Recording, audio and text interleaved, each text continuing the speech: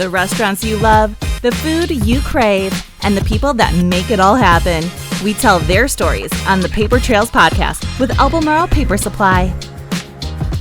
What's going on, guys? How are ya? This is Nick Caligier-Mitros, and we are back. Season 2. This is episode 1, season 2 with the Paper Trails podcast. We had a little bit of a break, and so gave Austin a little bit of a break. He is our videographer, editor, all of the above.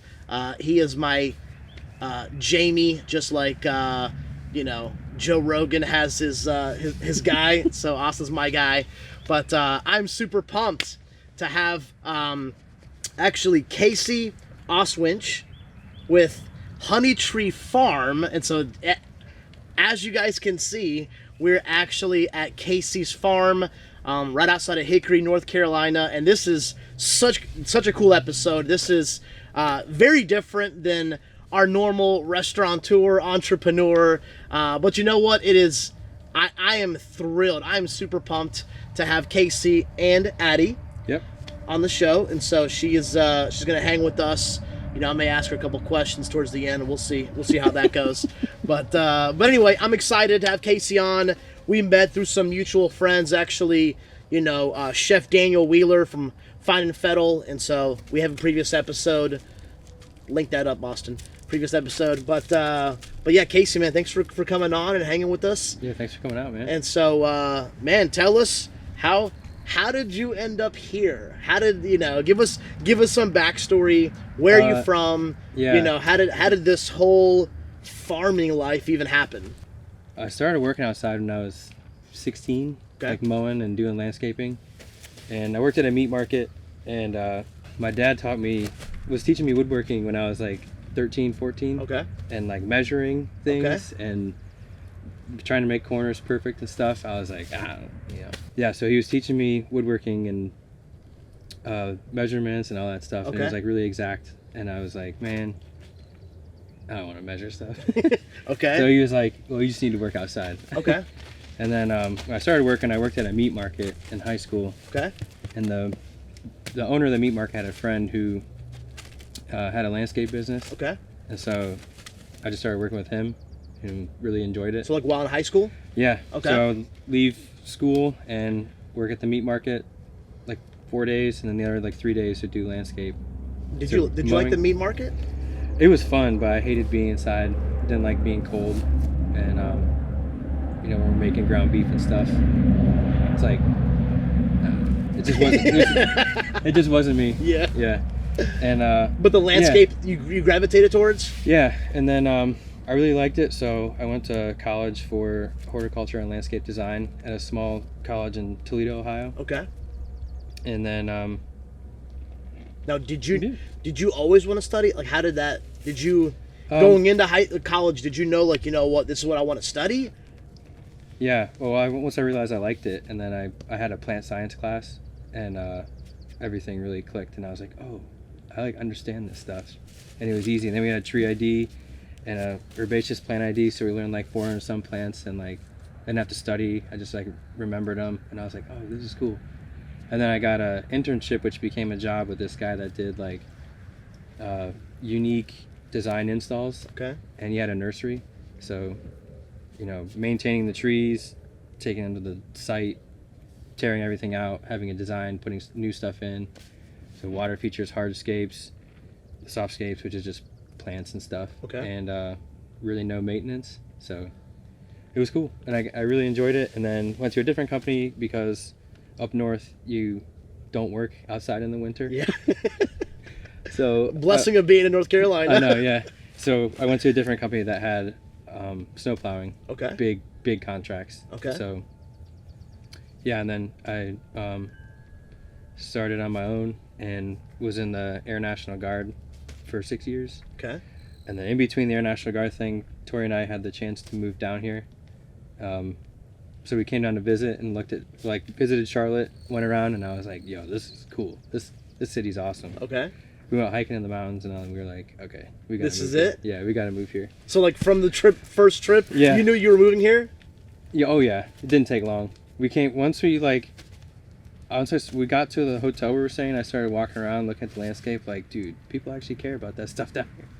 So yeah, then I worked for Barlett Tree Experts and became an arborist and was climbing trees, taking care of trees, and we started homesteading and growing our own food. Okay. Do some like family health issues. Okay. So we got into that. We raised meat chickens, layers. We had bees, tons of vegetables. So we grew a lot of our own food, and then like it just turned. That's been how long now? Like how long have you actually like? That was like done... 2016, 2017. So 4 or 5 years. Yeah, and then in 2018, I was felling trees for this farm in Lancaster, and they like saw our Instagram, and yeah, they offered us a job to come down there and help set this farm up. And it was like a event venue, but there was a farm aspect to it. And so we sold like everything, lived in a camper down there, set it up, and then we just decided we want to do our own thing. So that's when we moved up here in like fall 2018. Up here to this area? Yeah, this is Conover. Okay. So yeah, and then Tori went back to corporate while I started, so we could cash flow everything and not have debt. Which is smart. Yeah, I know you said you graduated in 2008, and we graduated high school in 2008. Okay. So going into the workforce and stuff, Dave Ramsey, Jeffrey, don't, Out of debt, cash flow, the whole thing. Yep. The Gary Vee thing, don't buy things you don't need with money you don't have to impress people you don't like. Yeah. All that stuff. We've been living that for 2008 till now. So yeah.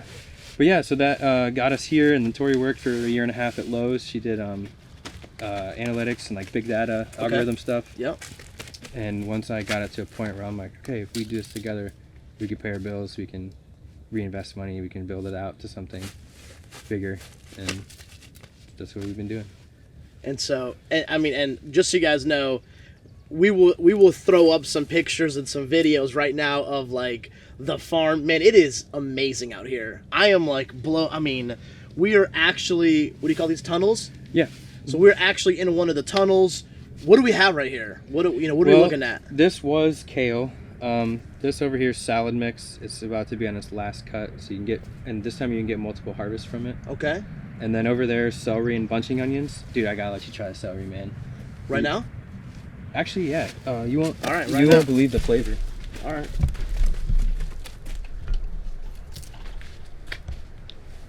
It's clean.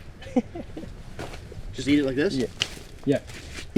Yeah. We don't spray, so we're certified naturally grown, so it's good to eat. I think that is good. There's a lot of flavor in it. So the leaves and stuff, you mix it in salads or put it in soups. It's like extra good.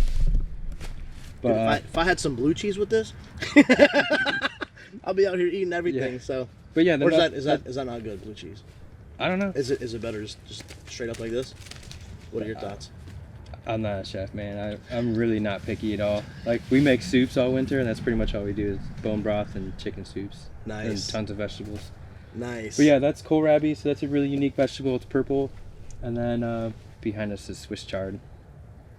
I love this. Okay, so let's talk about like a little bit about the farm. Like, what does it take to do this? I mean, I know we were talking off camera a little bit that, however you call it, homesteading, small farming, gardening, like it's become a little more popular. Like the last 12 to 18 months, people are at the house, and I mean, I think even the buy local, organic, I mean, this has kind of been a thing for the last number of years. Yeah.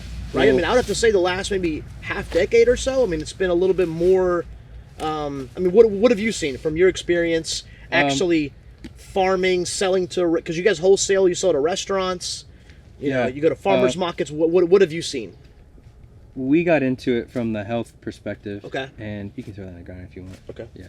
And initially, so we got into it for the health perspective initially for us to grow our own food. Yep. And so no thought of actually like a business. It was just like, hey, let's do some stuff just to eat healthier. Mm-hmm. Because a lot of cases, it's not healthy. Yeah. And organic food can be expensive. Depending on, it really depends on how well you plan with it. And so I was like, man, I know how to grow stuff. Like, we'll just grow our own, whatever. Like, we don't have to buy it. Okay. We can grow it. So that's what got us into it. But what I've noticed is that as there's more information available, and as we kind of see the more effects of the food that we have readily available, it becomes kind of clear to people that nutrients matters, freshness matters, Yep. how the animal's raised matters. And yeah, once a lot of people see documentaries, I know some can be propaganda-ish, but there's still a lot of good information in there. And I prefer books to learn things more than videos. So Good for you. to really see like how somebody thinks about it, more or less than like just a viral video Sure. that's supposed to make you think a certain way. Yeah. Someone's spin or take or you Yeah. know. So then you get to go back behind all that and see. Then when you get to understand it, and then you do those things in your life, and it makes sense to you more, it just sticks with people. And so that's another reason why I do the YouTube too. So you also have a YouTube. Yeah. So I record everything every week. It's not fancy. It's just documenting what we're doing, and then people can see like, this is how it's grown. These are the people that are growing it, and then so it's every week. So the things that you would buy, you'd be able to see what happened that week, harvested, whatever. Yeah. Yeah. So it's just the connection that matters, and there's like the resiliency factor into it as well for like your community and all that stuff. Yeah. And a lot of good things come out of it. So That's awesome. Yeah. That's awesome. I mean, and just, reflecting back on the celery that I just ate, Chef Daniel told me when he first came out here, and a lot of the restaurants buy from you from what he told me, and, from us having a conversation, is that when you were walking him around, he said that you literally just grabbed a carrot out of the ground and just handed it to him, and he ate it, and he said it was the best tasting carrot he's ever had. He Yes. swore by it, bro. I'm not even kidding. I'm not just saying it to blow smoke right now. He literally said it was such an amazing carrot, and I was like, interesting. Yeah. I was actually blown away by that. He's like, you gotta call this Casey guy. Like, he's Yeah. somebody you need to meet. And I was like, all right, I'll call him. No Yeah, worries. Daniel's legit, man. I mean, he's got vegetables tattooed on his neck. So, Does he? Yeah. I haven't seen that. It's like right here. Oh Yeah, gosh, I he love knows his that. stuff. He's an amazing chef too. So like, I'll like eat stuff raw. Like, just if I walk by the celery, I'll pull the celery. If I'm going by the carrots, I'll pull one out and just eat it. Like, clean off my shirt and eat it. And then when I gave him to Daniel and Ben at Highland, and they prepared it was like a carrot cut in half with sauces. I was like, dude, how did you do that? That's insane. And so then I was like, man, if people could experience it that way, maybe it would be different. Like the natural flavors. Yeah. I guess the way it's supposed to taste, instead of being like a woody block with little to no flavor. Yeah. So the farm is only a couple of years old. Like, Yeah, it's 2.5 years old. Okay. So what have you learned in the last 2.5 years about anything? I don't know, tell the audience about farming. Talk about supply and demand to restaurants. Talk about maybe, I don't know, is there anything that you learned? Even I know you guys have it as a business. Like, how? Yeah. Did you learn anything about that? I would probably say the biggest thing that I learned is that communication matters. Explain. What do you mean? Like talking to your customers and developing a relationship. Obviously having a good product, but the thing beyond that is having it be more than just vegetables they buy at the market. Yeah. Like, I think that matters a lot, and we want it to be something more than just vegetables at the market. So we have other plans for the future. I'm not gonna say them because we want to. You're good. Yeah. You're good. But we have other plans for the future that will bring customers even more involved, and they can learn how to grow their own food too. Like, we have customers that come here on Fridays, and during the growing season, they're always like, "Hey, my tomato this," or "I tried to grow carrots, but this happened," and I'm like, "Oh, there's probably too much nitrogen in the soil, or the soil's too wet, or whatever." Yeah. All those different things. So we just want it to be more than a vegetable farm. That's awesome. Yeah. Now, one thing on our conversation that we had Friday, I think, one thing that you talked a lot about that I haven't heard a lot of people talk about is like soil content or soil nutrition. Like, talk about that. I don't think the majority of people know anything about that. Yeah. So the soil is obviously the most important thing for us. We grow in the soil. There's a lot of vertical farms and all this stuff happening that's extremely expensive to start. And what is vertical farms? it's hydroponics, essentially. So Oh, basically, you gotcha. take a building. So now you put it in a building. So now you need light. So then you need lighting, and then you have to hold the water. So it's soilless growing, where the plants grow in the water. I mean, it's just crazy to me when you start like, I don't see how that's sustainable. It's being like said it's sustainable. Like, we use plastic and stuff, but we're not lighting. We're not having to buy in all of our inputs for the soil, because we can cover crop and put nutrients back in the soil. When we build soil, part of the reason we grow this way without a tractor is it's human scale. So a lot of things we do, like the thick coverage on the, that's keeping the soil cooler. It's not evaporating as much. It's good for the worms, but the bigger picture is that it's a way to grow annuals, but then really try and trap carbon and sequester carbon in the soil. So when you till the soil all the time, you release a bunch of CO2. Okay. And we don't till. That's another thing. So it's deep, man. It's deep. But then you look at like the vertical farms. It's like you could grow all this in a building, and then it's like, yeah, but there's 70 million acres of unused land in the United States. 70 million. 70 million acres. Everything we do is 1.5 acres, and it grows a ridiculous amount. And so and then the other benefit of it is it puts the value of the land into the management and the people managing it. Yeah. Instead of, well, I got this really cool tractor, or this really cool harvester, or this really cool thing, like taking people out of the equation when it can still work and make money with people. Yeah. And so this style is called market gardening. And so there's a couple in Canada that he wrote a book called The Market Gardener. Okay. And it was like, Good book. yeah, it's awesome. If anybody wants to learn more about it, I would suggest reading that. But it goes into all the details, all your spacing, all that stuff, how they do this, how they do that. And my friend gave me this book a long time ago and was like, bro, you gotta read this, like, you're gonna love it. And I was like, man, he don't make that much money on that much land, there's no way. And I started reading it, and I saw this picture of 5 rows of carrots with the foliage covering the soil completely, and I was like, dude, that makes so much sense. I get it now. Like, I could see how it can work. Yeah. But yeah, it's pretty involved, but it's not crazy. That's awesome. Okay, let's talk about the business side of this. I mean, is this something that people could do full time? I mean, you guys do this full time. Yeah, we do full time. It is. It just you have to find your customers though, so it takes time. Yeah, I mean, you have to be. I mean, which, as you guys know, if you guys have followed us by any stretch, we talk about, Casey, entrepreneurship and working hard and delayed gratification, a lot of this stuff that a lot of people talk about. But one thing is, like, you have to be proactive. Like, customers are not going to just show up. Just 'cause. I mean, like, maybe they will occasionally, but even finding Daniel, and you saw a post that somebody tagged him, you went to his page, you sent him however you were proactive about it.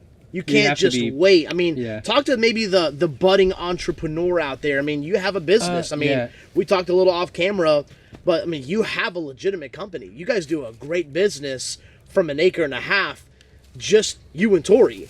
And so talk about that for a second, man. If there's somebody that wants to have a landscape business or a dry cleaners, or doesn't matter. What are your thoughts to that person? How to start? How to grow a company from scratch? Yeah. Okay, the work ethic's definitely the most important thing. It's the only thing you can actually control. And so a lot of people will be like, well, you make money on your land, but it's a lot of work.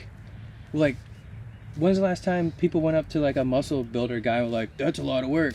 Like, I could still scratch my back. That's a lot of work. That's stupid. Like, like, that's what the dude wants to do. Yeah. Or lady, like, that's fine. Yeah. Like, if it's too much work for you, then don't do it. But if you really want to do it, you just put the work in. And constantly stay learning. Like one of the things that's different with farming than other things is like we can have every detail figured out here, and then it's 15 degrees at night, and like we have to change everything. We have the weather to deal with. That is true. Like we're not just selling stuff, we're growing it. We start everything from seed, and like so many things can go wrong. So like this is that frustrating? Not really, just because I've been working outside for so long. I get it. And the other thing is, if something does go wrong like that, I mean, I have a phone in my pocket with the weather. Like, I can see when it's going to be cold. Yeah. And so if anything is affected or whatever, it's really my fault. Like, we have the internet. We have so many tools available to us. You know, there's no excuses. Like, you just have to do it. Casey, I've said this. If I've said it once, Austin's heard me say it 50 times. There's no lack of answers out there in the world. There's just lack of desire to find those answers. That's true. Bro, we have so much information at our fingertips. Like you just said, like, we have you know what, 50 years ago, man, that wasn't even possible. You couldn't check an app to see what tomorrow or next week's, you know what I mean? Mm-hmm. So you're 100% right. I mean, like people with the YouTube thing, I get a lot of emails and DMs and people asking questions and stuff, and I'm like, you can Google that. Like, do you want me to Google that for you? In my mind, I don't actually say it, but it's like, just people, I don't know if that's the way the information age is going now, that people like want, maybe it brings a connection thing or something. They like want somebody to help them out, or like, you have the answer that I need to make it work, when the reality is the answer is in you. You just have to do it and figure it out. If like tons of people do the same thing a different way because they're different people, and that's fine, you know, and it works for different places. 100%. You know, I didn't grow up like in the Pacific Northwest. It's like a perfect vegetable climate, and there's tons of interest in it around Seattle. They do stuff way different, and that's okay. You know? Yeah, 100%. It's just like, the more diverse it is, the better overall, and especially with things you learn. Like when we started farming, man, I didn't listen to any more farming podcasts. It was all business and marketing podcasts, because I was like, the easy part is growing stuff, and I was like, oh man, I have to like sell stuff and like do like marketing and stuff, and I'm like, I don't know, I'm not like video is gonna be the new picture, and I know that. And I'm like, what am I gonna do to figure it out? So farming podcasts, and then I started the YouTube just because it was really uncomfortable, and like getting used to it because it was uncomfortable. Yeah, and I knew it would help people if I shared everything, and it also would hold me accountable. Yeah. So I was like, okay, might suck for a little bit, but now it's kind of cool, and like there's like an audience that cares, and they're pretty positives, and they're learning stuff, and people will comment like, hey, my carrots grew better, like I did this, and I'm like, okay, that's awesome. I mean, first off, there was like so much what you just said right now. I mean, like, let me unpack the uncomfortable piece. You know, there's, you know, Casey, there's like something in our minds that when we face something that's uncomfortable, it's like your mind has a default mode of telling you, stop doing it. Like, go back to, like, default is like, go to comfortable. Stop. You know what? Like, whether it's working out, whether it's, you know, trying to eat healthy, you know, we need to get a little more comfortable. And it's like, you have to get comfortable staying uncomfortable. Mm-hmm. You know, if that makes sense. No, definitely. I think it's called the 10,000-year-old brain.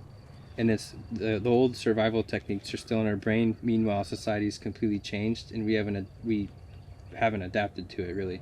So like now with like social media, like 2020 was pretty crazy, but like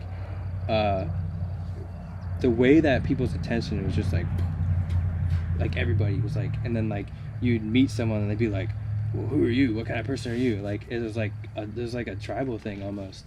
And I was like, dude, this is crazy.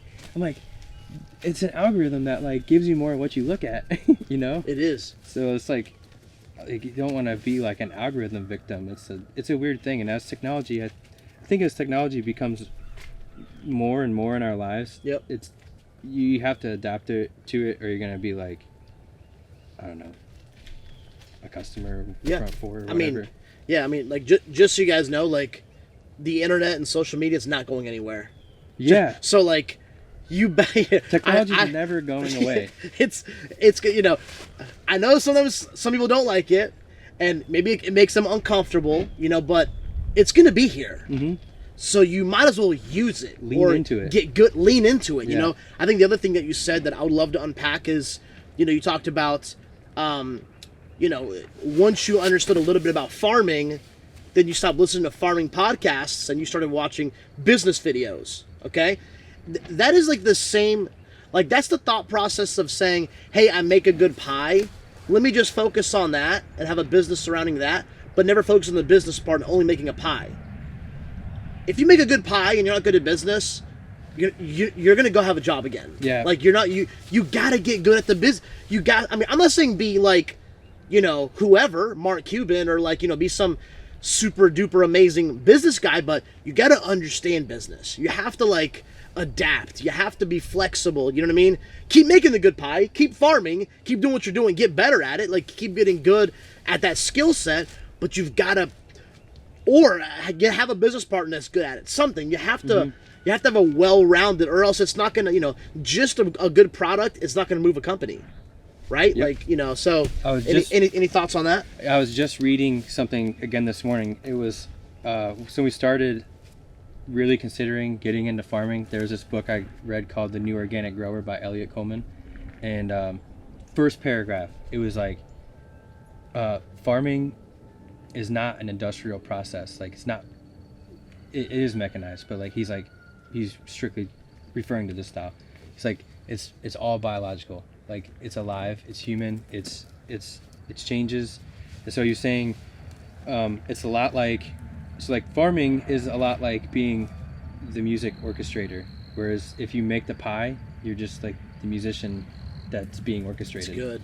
And so when you have to take all these things into consideration and then actually create something out of it, that mindset is, you can learn about it forever and try and practice it and get better, and you can still get better at like harvesting faster at the same time. Sure. But, I mean, yeah, we're not saying don't get good at your skill set, but if you actually want to make this, now if it's a hobby, that's fine. Okay, cool. Like we're not saying that, but if you'd like to, this is a semi-business podcast, and we're all about the food industry, but you do got to get good at the business piece, or else you won't be in business long enough to even see the fruits of your labor or anything, or enjoy the results and the harvest of having, all the, the fun part is the harvest, but there's so much work that goes in the front end that you got to study and get good at. So, there's another thing too from Simon Sinek. Do you like Simon Sinek? I do. Okay. One of the things that really changed my mindset too on like, well, that's a lot of work. Like, of course it is. Like, I haven't had a TV in 14 years. Like, I love that. But you said there is no finish line. There's no finish line. Nobody wins at business. There's no finish line, and nobody wins in marriage. The game ends and someone wins in football. Farming, business, all these things, there's no finish line. So like, I think maybe it's from the educational system or something, like you think there's supposed to be like a gradual step. Well, I did all the right things, so this should have happened. You have to look at everything and see it, and then blame yourself and be like, what did I do wrong? Everything out here is like, what did I do wrong? Like a lot of these got killed by caterpillars out here because I wasn't out here checking them, so I can't get mad at the caterpillar. which I mean, there's a lesson in that, taking responsibility, right? I mean, you can sit here and blame the caterpillar, but like, and yeah, and what's that gonna do? Yeah. You still don't have the crop. Like it doesn't, So what can you do? I mean, there's two things that we can control: your actions and your attitude. Okay, well, you know what? You didn't do the proper actions to look. Okay, caterpillar. Okay, it is what it is. Yeah, one of the things too is like, in the small farming community, there's a lot of talk about kind of like production per bed kind of thing. Okay. But everybody has their own style, it's okay. But people will be like, well, I can get 3 more bunches of radishes out of this bed if I switch the cedar setting, like this one little thing, and like it's cool. But for me, I'm like, yeah, but if I've ever taken radishes home from the market, what good is it? You know what I mean? If you don't sell them all. Yeah, and then it's like, I don't know. Once I started learning about the business stuff, I was like, oh man, because I've spent my entire half my life as like on the technician side. Sure. Like putting in like running equipment, like how do you run the equipment and get the job done efficiently, planting the trees correctly, pruning the trees correctly, all these things. And so I was like, oh, I don't know anything about this. I better start learning. Yeah. So I mean, and it's needed. It's needed. It's not like you can ignore that, and only focus on the technician part. So I like that. Talk about this, Casey. How did last year affect your business? How did 2020? I mean, our industry got impacted big time. Yeah, restaurants had it hard. Supply, restaurants being closed down, dine-in, only takeout, 50%. I mean, here in North Carolina, I mean, it really, I mean, I've had, just so you know, I've had 23 customers of mine close last year. And these are like friends of mine. At some point, Casey, you mentioned relationship. At some point, these people, it goes less from, hey, here's Nick, the salesman, to like, hey, here's Nick, my friend, but he also sells me paper products, right? Yeah. And man, like to see like restaurants that have been open 60 years, but they just so happen, the friends of mine that just so happened to be in a downtown area, and no one was going to their jobs, and they were, I mean, it just, it broke me, dude. I mean, literally every week it was like I was getting a phone call or a text, or they were telling me, hey, this is the last delivery that we're having, and I'm like the first year was almost all restaurants, and then we were planning to go really heavy into restaurants, and then so we were only in, that was like our second year, and so we've always had 4 sales outlets because we like feared a recession where like you had what? 4 sales outlets that we went through. Okay. Yeah. Okay. So there's restaurants, an aggregator, Freshest in Charlotte, and then 2 markets, and actually from here. So yeah. Anyways, we had all these different sales outlets, try to spread it out. Okay. And which is smart. We feared like the recession, so I'm like, man, I don't want to say our stuff's a luxury. In reality, it's maybe a little more expensive than the store, but I can see if anything happens in the economy, people would stop buying it. So I'm like, okay, we need to brace for that. So you thought about that even before? Yeah, well, we graduated in the recession. That is right. And landscaping is a luxury. Like, thankfully, what saved landscaping for us back in the day was people didn't go on vacations and they spent their money at home. Mm.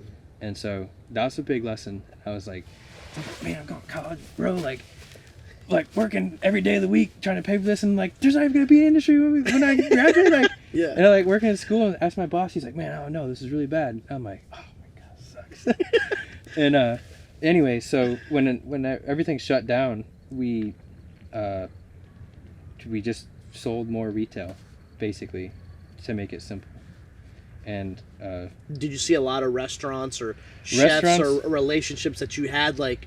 Were you talking to these guys and saying, hey, what are you seeing? What's happening? How, Well, Daniel was one of them. And Daniel, Ben, and Joey started the Underground Table, which was like they found food and had food donated. And then they prepared these meals. And it was for free or for $15, but it was a lot of food. I think it was like a dinner for 4, I think. Oh, wow. And so they prepped all these meals when they were not working, and got the nonprofit going. But that was a big thing. And then like all the other chefs, I'm like, if we can help somehow, like if I have extra stuff from the market, like, you want it, I don't really know if you can like market local during this time. Maybe we'll bring people in, or you'd be able to deliver or something. I don't know. But yeah. And then, in the meat guys, the processors couldn't process their animals, so it was one of the resilient things, I guess, of vegetables and it being human scale. Like, we didn't have 17 acres of squash that was now not going anywhere. Yeah, like that was actually happening to like other farmers throughout the country, where they just had an abundance. I mean, because when you go from supply here, demand here, to supply here and demand drops. Yeah. Like, what are you gonna do? Yeah, and one of the things too that was that true? Like, like people just having an Florida happened. Yeah, they would just like dump food or dump. A lot of pigs got, but they also sold a lot of pigs to anybody who wanted to buy them to be able to raise them for a little bit and then process them. So yeah, it was crazy, man. I mean,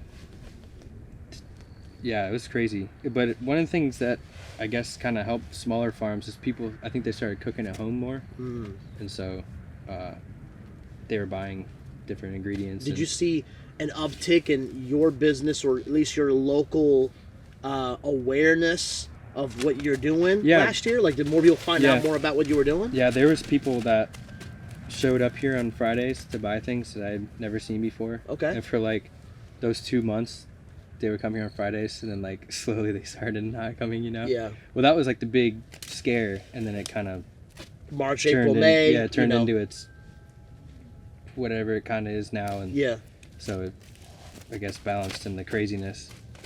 But yeah, man, it's so rough for restaurants. Like, it's crazy. I mean, it was thankfully my parents' restaurants, we did pretty well. Obviously laid off a bunch of people, because we have bigger restaurants, but and there was a lot of us, me and my brothers in the kitchens working last summer just to help out. But yeah, man, what are you looking forward to in the future, man? We'll kind of slow down and kind of wrap things up. What what's 2021, 2022? I mean, what well, our friend just bought 30 acres across the street. Okay. So that's for pastured poultry, ducks, turkeys. We'll probably start another egg layer flock over there. Okay. And we can expand vegetables over there. And there's a building, so we're going to be working on the building probably a lot later this year. Okay. To turn it into whatever, as we grow our businesses, whatever it turns into, it needs to be. So that's cool. That's exciting. Yep. I'm looking forward to doing farm dinners again, with Daniel. Setting up here, over there, setting up tables and bringing people out, getting them connected. And is that what you were telling me about? It's part of it. Getting together. Every couple months. Yeah. Is that? No. That was that's so through 2020, because we kept in contact with all these people. We would have a fire out here, outside. Gotcha. And grill, and we would use vegetables from here, chickens from here, and like local beef and pork and stuff. And nice. The chefs would cook stuff up, and we all just hang out. Love it. Okay. Yeah, so stuff like that. And we have 3 high school girls part-time helping right now, and they really want to learn and they work hard, so it's cool to I love that. It's cool to see them like, hey, we're gonna go prep this bed over here, and they just grab the tools and like start and know what to do. It's really cool. And so I want to teach them how to prune cucumbers, prune tomatoes, and then peppers. And that's like skills they can take for the rest of their lives too. That's a pretty empowering thing, though, right? I mean, the most impressive, probably not the most, but one of the most impressive things about this, Casey, that I like is that you're like, and it's something that I think we can all take from, is that you're so independent. Like, think about that. Like, you have property that you do something on, and then you've learned the skills to sell that product, to make money, and to pay you and Tori's bills, and you don't have to like depend on, you know what I mean? Like like how freeing. I don't know. I love that. It's cool, but the reality of it is like you're always in your mind thinking like, okay, trying to think ahead. Like, well, if this happens, what can we do? Sure. So 100%. Yeah, but that's better than being like, man, I'm tired of working 14 hours a day, climbing trees, doing tree work, getting used and beat up, ruining my shoulders and back. Like, I want to do something different. Yeah. So there's definitely a trade-off, but yeah, man, like the more you, what's the saying? The more you learn, the more you earn. Yeah, I had a boss. He was like the first boss that I worked for that did designs, and he was always into learning stuff, and like he had bees. That's who got me into bees, and which is why it's called Honey Tree. Honey Tree Farms, because of the bees. Okay. And he would always be like telling me stuff. I'm like, man, that's super cool. He'd be teaching me about trees or like pruning trees or all this stuff, and he's like, well, the more you know, the more you don't know. The more you know, the more you don't know. Yeah, that's just how he rolled. He's like an artist, so He's always late. Like, he'd always be late. Be like, Roger, come on, man. Like, you're late. It's like the employee is there before the employer. everything. Yeah, everything. But he had that vision, that unique vision. So it made up for it, I guess. I love it. Yeah. Casey, parting thoughts, man. What are your parting thoughts? Talk to the audience, man. You know, tell them, you know, whatever. Honestly, give us some of that knowledge that you have. Yeah, I don't know. Just keep learning stuff and trying, and get okay with failing and messing stuff up. Would you recommend people like garden and, like, you know, start planting a couple things and start learning a little bit? What are your thoughts on that? Yeah, definitely. Like, there's no downside in it, you know? Like, you're only gonna learn stuff. You're like, well, my garden went bad. Have you listened to Jim Rohn? I have. Okay, Jim Rohn. So he's like the garden of life. Like, the weeds are always going to be growing. So you can get busy on the weeds, or they can get busy on you. And then it's just the way it is. I love that. Yeah. I love that. It's strictly you get out of it what you put in. That's what's cool about it too. Which is like that for anything. Yeah. Right? You get out of it what you put in. So I love it. Yeah, and we planned it. Yeah, but like, I don't know what it is. I mean, but like, how would I know it? Just from this leaf right here? Yeah. I mean, it's a carrot. Carrot's a carrot, you know? Yeah, but I mean, like, I would have never known this was a carrot. You know what I'm saying? Yeah. Like, well, I mean, you have to, like, go through the process of learning. Austin, do you see this? 20 seconds ago, this was in the ground, and then Casey just wiped that off on his what's it called, a sweater, little jacket, and we're about to eat the freshest carrot. I mentioned this in the podcast, so if you guys did not hear the story, check the podcast. But we're about to eat. Dude, look at this. It doesn't get more fresh than this. Dang. Taste it? Dang. Mm-hmm. So one of the things... Dude, this is really good. It's a real carrot, man. It's also more tender, too. Like, see the center? It doesn't have that, like, inner carrot ring that gets real woody. So we grew these... We planted these in late September, and they grew all winter under row cover, the white cover. So that gives it a little microclimate. And what happens is, when you leave this on all winter, the sun comes through and heats up the soil during the day, and then the soil releases heat overnight, and it creates a little microclimate for the carrots. And they're extremely cold hardy, and so they'll grow all winter. But in the root, it changes the starches to sugars so it can survive better, and that's what makes it super sweet. I'm blown away right now. I'm sorry. I'm like, this thing was so good. Listen, if you have not subscribed to Honey Tree Farm, you are insane. What are you doing? Go over there, subscribe, support Casey and Tori and Addie, maybe possibly a sister or brother. We're not sure, right? No, we're not revealing anything crazy. We will see. But I mean, like another pet. Not you guys were having. Totally. Anyway, no announcements here. Anyway, this was amazing. This was really good. I'm like, I mean, it's not like that I didn't believe you, but like, this was really good. Yeah. So there's a lot more flavor in it. A lot more flavor. We'll see you guys. Yeah. All right, Casey, what is this right here? It's a hawker eye turnip. Hawker eye turnip. All right, so you just pulled this out of the ground a minute ago. Mm-hmm. You already ate yours. Yep. And you said if I like the carrot, I would love this. Yep.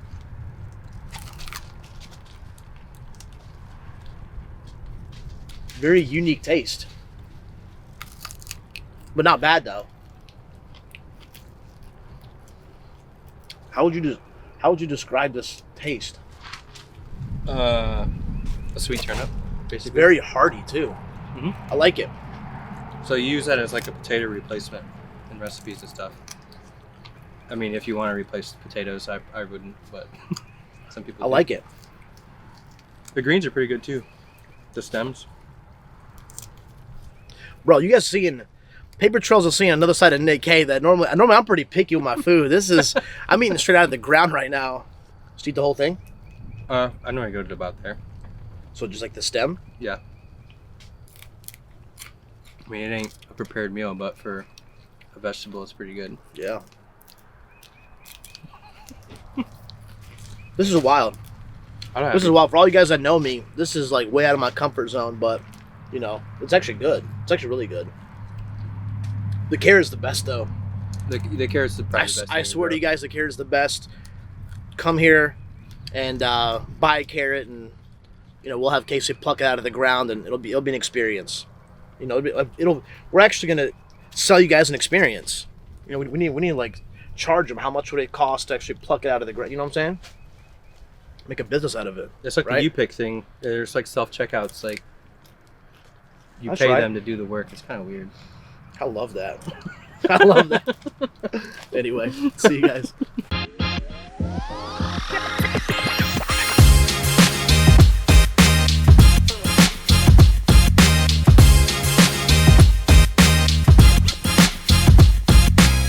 The restaurants you love, the food you crave, and the people that make it all happen.